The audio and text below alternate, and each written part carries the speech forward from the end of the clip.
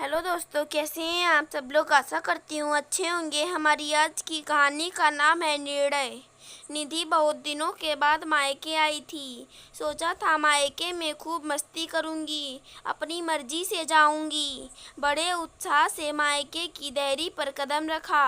Mummy papa बहुत खुश थे, निधि भी बहुत खुश थी, क्योंकि पहली बार भाभी के साथ रहने का मौका मिला था।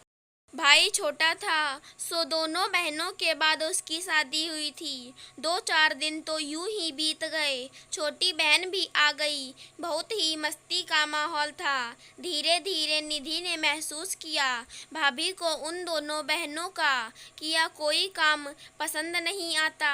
पहले तो उसने इस बात को टाल दिया, पर जब घर परिवार के कोई मसले होते तो आदतन निधि और छोटी बहन नीतू कुछ ना कुछ राय दे देती। बस भाभी नव्या का मुख फूल जाता।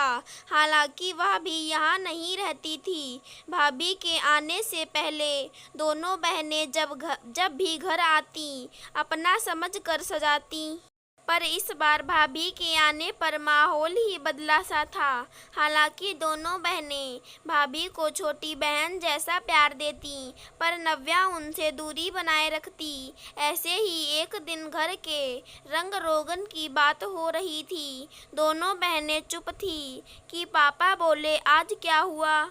पहले तो रंगों की बात होते ही दोनों बहनें अपनी पसंद के रंगों के लिए लड़ने लगती थीं। पापा के बहुत कहने पर दोनों ने अपनी पसंद के रंग बता दिए। पापा ने नव्या को भी पूछा, पर वो गुस्से में कुछ नहीं बोली। रात में मम्मी को दूध देने के लिए निधि रसोई में आई तो नव्या बोली, दीदी मम्मी को आपको दूध देने की ज़रूरत नहीं है। मेरा घर है, मैं देख लूँगी, आप अपना घर देखिए। ये बात निधि की मम्मी के कानों में पड़ गई। उन्हें अपना समय याद आ गया, जब माँ के मरने के बाद दोनों भाभियों ने उन्हें बिल्कुल पराया कर दिया था, जहाँ वो अपने मन से कुछ कर नहीं सकती थी, जबकि सब कुछ पिता का था। छोटी छोटी बात पर भाभियाँ जतलाती रहती कि ये आपका घर नहीं है,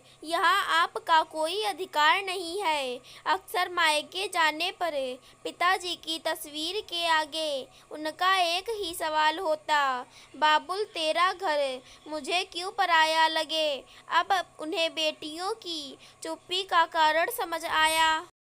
वो नहीं चाहती थी जो दर्द उन्हें मिला वो उनकी बेटियों को भी मिले, पर अतीत अपने को दोहरा रहा था। उन्होंने मन ही मन कुछ सोचा, सारी बातें पति को बताई। अगली सुबह माता पिता निर्णय ले चुके थे।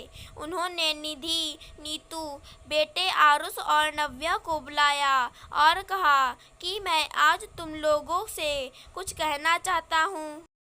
मैंने ये घर और अपनी सारी जायदाद को तुम तीनों भाई बहनों के बीच बराबर बांटने का निर्णय लिया है। मैंने अपने वकील को वसीयत बनाने को कह दिया है। इस घर पर तुम तीनों का हक है। नव्या बोली, पर पापा ये सब तो बेटे का होता है। ऐसे बुढ़ापे में आपकी बेटियां सेवा करने नहीं आएंगी।